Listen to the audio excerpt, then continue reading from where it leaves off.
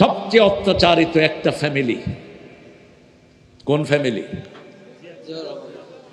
তারেকের খবর জানেন আপনারা?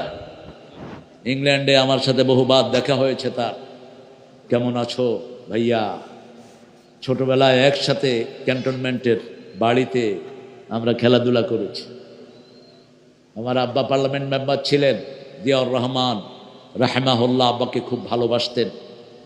তা আমি বলেছি শরীরের কি অবস্থা? বলছে ভাইয়া শরীরের মেরুদাঁড়ার ভিতরে লোহা ঢুকিয়ে পিটিয়েছে তারা আমাকে। কয়েকবার দোতলা থেকে ছুঁড়ে আমাকে নিচে ফেলে দিয়েছে। অসংখ্য দিন আমি অজ্ঞান হয়ে পড়েছিলাম। কোকোকে পিটিয়ে পিটিয়ে দুনিয়া থেকে বিদায় করেছে।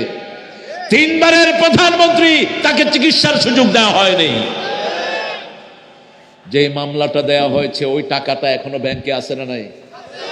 2 কোটি টাকা ফুলে ফেঁপে 8 কোটি হয়েছে। তারপরেও মামলা। আমরা একজনের কাছে বিচার চাইতে